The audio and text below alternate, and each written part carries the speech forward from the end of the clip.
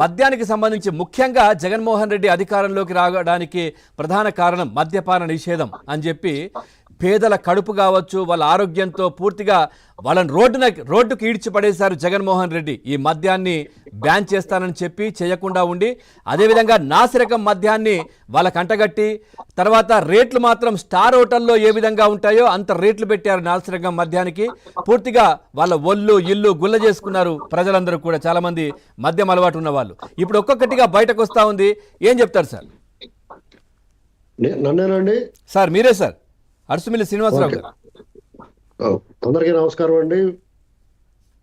మీకు కనపర్తి శ్రీనివాసరావు గారికి, సుజాత గారికి అందరికీ నమస్కారం అండి. సార్ నమస్తే. ఇక్కడ మద్యపాన నిషేధం అనేటువంటిది అది వాళ్ళు అలాంటి హామీ ఇస్తే వాళ్ళు తీర్చలేరండి. ఎందుకంటే ఎన్టీ రామారావు గారు ఆనాడు సంపూర్ణ మద్యపాన నిషేధం అమలు చేసిన తర్వాత రాష్ట్రంలో స్మగ్లర్లని, దొంగల్ని, దొంగ వ్యాపారుల్ని, కొత్తగా పుట్టుకొచ్చిన ఈ సారాయి ఒక బ్యాచ్ ని తయారు చేసినట్టు అయింది. అంటే అది వినటానికి ఆచరించడానికి మధ్య చాలా వ్యత్యాసం ఉందండి. కాబట్టి అది మెల్లమెల్లగా మళ్ళీ తిరిగి తప్పనిసరి పరిస్థితిలోకి వచ్చింది. అయితే దాన్ని నియంత్రించుకుంటా ఎప్పటికప్పుడు దాన్ని అదుపు చేసుకుంటా చేయాలి. ఆ కార్యక్రమాలు మిగతా ప్రభుత్వాలు చేసినాయి. జగన్మోహన్ రెడ్డి మళ్ళీ దాన్ని ఒక అస్త్రంగా తీసుకొచ్చాడు. అదొక మద్యపాన నిషేధం చేస్తాను లేదా దశల వారీగా చేస్తాను, ఏదో అతను చెప్పాల్సింది చెప్పాడు. చెప్పిన తర్వాత మొట్టమొదటి మోసం, ఒక దిగ్భ్రాంతి కలిగించేది ఏంటంటే అప్పటి వరకు ఉన్న మద్యం పాలసీని రద్దు చేసి ఆ బార్లు ఎన్నట్టు కూడా చాలా ఖరీదు పెంచేస్తే జనం వాళ్ళ జోలికి రాకుండా పోతారు అని చెప్పి వాళ్ళందరినీ ఇల్లు ఒళ్ళు కూడా కొల్ల చేసేసాడు అతను. ఖరీదైన మద్యం తాగలేక ఎందుకు ఆగిపోతారండి? అతను వీళ్ళు ఏం చేశారంటే ఈ అక్రమ డబ్బు జగన్మోహన్ రెడ్డికి స్మెల్ వచ్చేస్తుంది. డబ్బు ఎక్కడుంటే అక్కడికి వెళ్ళిపోతాడు అన్నమాట. దాన్ని ఎలా కొల్లగొట్టేయాలనేటువంటి దానిలో ఆరితేరు ఉన్నాడు. వాడు పక్కన దొంగ లెక్కలు రాసి విజయసాయి వాడు ఉంటాడు. వాళ్ళు ఎంతసేపు మీకు ఎక్కల బుక్ ఇచ్చి అందంగా చదవమంటే చదవరండి. దొంగ లెక్కలు అయితే బాగా రాస్తారు. ఈ పరిస్థితుల్లో వీళ్ళు ఏం చేశారంటే వీళ్ళ ముఠ అప్పటికే మద్యం సప్లయర్స్ ఉంటారు కదా, ఆ కంపెనీల నుంచి వచ్చి మద్యానికి వీళ్ళు డబ్బులు ఇవ్వడం మానేశారు. వాళ్ళు ఎన్నాళ్ళు సప్లై చేస్తారు, మా వల్ల కాదండి అని ఎత్తేసారు. అప్పట్లో వాళ్ళ ఎంపీ ఆ శ్రీనివాసన్ రెడ్డి గారు కూడా, ఆ ఒంగోలు మాజీ ఎంపీ, అప్పుడు ఎంపీ, మా వల్ల కాదండి మీకు, మేము సప్లై చేయలేమంటే సరే అని చెప్పేసి వాళ్ళు డబ్బే కొట్టేసి వాళ్ళు సప్లై ఆపేసాడు. అంటే బ్రాండ్లన్నీ కూడా ఆగిపోయినాయి. ఈ బ్రాండ్లన్నీ ఆగిపోయినాయి కాబట్టి అప్పటికే ఉన్న బ్రోవరేజెస్ ఏవైతే ఉన్నాయో ఆ కంపెనీలు అన్నట్లు నయానో భయానో లొంగ తీసుకుని వాళ్ళు దాంట్లో వీళ్ళు తయారు చేయడం మొదలెట్టారు. ఎలాగా ఇప్పుడు చూడండి, తమిళనాడు హోటల్స్ లోను అక్కడనే మిరియాల రసం, టమాటా రసం, కొత్తిమీర రసం, ఇలా రకరకాల రసాలు తయారు చేస్తారు కదా, అలాగే వీళ్ళు ఇంట్లో వండేయడం మొదలెట్టారు వాళ్ళు ఇష్టమైనట్టు. ఆ వండేసిన దానికి మరి ఆ పచ్చిగా అమ్మటం, దానికి మొత్తు రావాలి కదా. మీకు చూడండి, గుజరాత్ ఆ మధ్య పోర్ట్లో పట్టుబడింది పౌడర్, అదంతా ఇందులో కలిపేయడానికి తెప్పించింది అన్నమాట. ఏ మార్గాలు ఉంటే ఆ మార్గాల్లో తెప్పించి వీళ్ళు ఇంట్లో వండేయడం మొదలెట్టారు. దీనివల్ల ఏంటంటే ప్రథమంగా ఆరోగ్యం పాడైపోతుంది. నెక్స్ట్ దీన్ని అధిక ధరలకు అమ్మడం మొదలెట్టారు. అంటే ఇల్లు ఒళ్ళు రెండు గొల్లైపోతుంది. ఇప్పుడు ఇందులో వీళ్ళకి ఎలాగా సంపాదిస్తున్నారు, ఎలాగా అడ్డగోలుగా కొట్టేది, ప్రభుత్వం నిర్వహిస్తుంది కదా, ప్రభుత్వం కొంతమంది ఉద్యోగం ఇచ్చింది కదా అని చెప్తారు వాళ్ళు, వాళ్ళ తాలూకు గ్యాంగ్ అంతా. అయితే గతంలో ఉన్న పాలసీ వల్ల ఒక వైన్ షాప్ ఉన్న, ఒక బార్ షాప్ ఉన్న అనేక మంది దాని మీద ఆధారపడి ప్రత్యక్షంగాను పరోక్షంగాను వాళ్ళు బతికేవారు.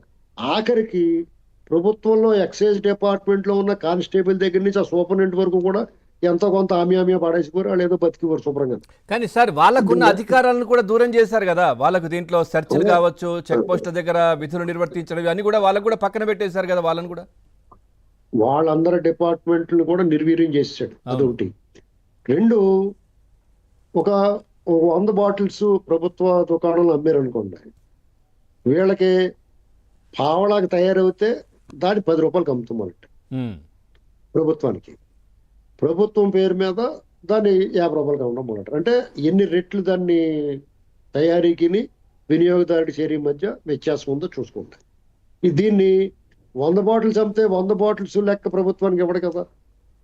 దాన్ని క్యాష్ అండ్ క్యారీ పెట్టి డిజిటల్ పెట్టినా లేకపోతే ఆన్లైన్ పేమెంట్ పెట్టినా అదంతా లెక్కకు వచ్చేస్తుందని ఓన్లీ క్యాష్ అండ్ క్యారీ అన్న. అంటే వీళ్ళ ముఠా, వీళ్ళ పెట్టిన ఉద్యోగస్తులు, వీళ్ళ గ్యాంగ్, వీళ్ళు ఇష్టం వచ్చినట్టు అక్కడ ఎంతైనా అమ్మనివ్వండి, ప్రభుత్వానికి వాళ్ళు దయ తేల్చి ఇదిగో ఇంత అమ్మాం అని చెప్పి లెక్కప్ చెప్తారు. అందులో మళ్ళీ వాళ్ళకి లాభం ఉంటుంది. అది కాకుండా పావలాగా తయారయిన దాన్ని పూర్తి స్థాయిలో వినియోగదారుడికి చేరిన మొత్తంతో సహా సింహభాగం అంటే ఓ 30% అమ్ముకొని చూపిస్తే 70% వీళ్ళు కొలగొట్టేశారండి. ఇది ఈ ప్రభుత్వానికి ఎలా తెలిసిందంటే వీళ్ళు పూర్తి స్థాయిలో వాళ్ళు దొరికిపోయారు. ఈ 3-4 నెలల నుంచి 3.5 నెలల నుంచి వీళ్ళు అమ్మారు కదా. అప్పుడు అదే ప్రభుత్వ దుకాణాల్లో అయ్యే బ్రాండ్లు అమ్మారు మొన్నటి దాకా. అప్పుడు అమ్మకాలు ఎంత వచ్చినాయి అనేటువంటి స్పష్టంగా తెలుస్తుంది. దాన్ని బట్టి వెనక్కి లెక్కేసుకుంటా పోయి వీళ్ళు ఎంత జమ్మేశారు ఖజానాకే, వీళ్ళు ఎంత కొల్లగొట్టేశారు అనేటువంటి ఒక ర్యాన్సమ్గా స్పష్టంగా తెలిసిపోయింది. వీళ్ళు ఎక్కడికి తెప్పించుకుని వేల కోట్లు కొల్లగొట్టేశారు. ఇది ఆ వాసుదేవరెడ్డి అనేటువంటి వాడు ముందు పెట్టారు ఆ ముఖాన్ని. ఆ ముఖం వెనకాల, ఆ మాస్క్ వెనకాల జగన్మోహన్ రెడ్డి ఉంటాడు. వీళ్ళు ఎవ్వడూ తప్పించుకోలేడండి. ఈ విషయంలోనూ ప్రజల ఆరోగ్యంతో ఆడుకున్నారో, ప్రజల ఆర్థిక పరిస్థితి మీద ఆడుకున్నారో, ప్రభుత్వ ఖజానాకి చిల్లు పెట్టేశారు, ప్రజాధనాన్ని దోపిడీ చేశారు. ఇన్ని తప్పులు చేసిన వాళ్ళు దీన్ని సహజంగానే పారిపోవడానికి ట్రై చేస్తాడు, సహజంగానే రికార్డులు తారుమారు చేయడానికి ట్రై చేస్తాడు. కానీ వాళ్ళు తారుమారు చేయలేని విధంగా పెట్టేసి ఉన్నదండి. అక్కడ ఎలాగైనా దొరికేస్తారు వీళ్ళు. మరి వీళ్ళు ఎక్కడ దాయాలి? తాడేపల్లి కొంపలో ఉంటే ఏ టైంలో ఎవడొచ్చి మీద పడిపోయారు, రండి మిమ్మల్ని కాకేస్తున్నారు, పలానా స్టేషన్లో రండి, మీతో మాట్లాడాలంటే విచారణ చేయాలంటే అని పిలుస్తారేమో, గుండెలు గుమ్మగుమ్మలు ఆడిపోతున్నాయి.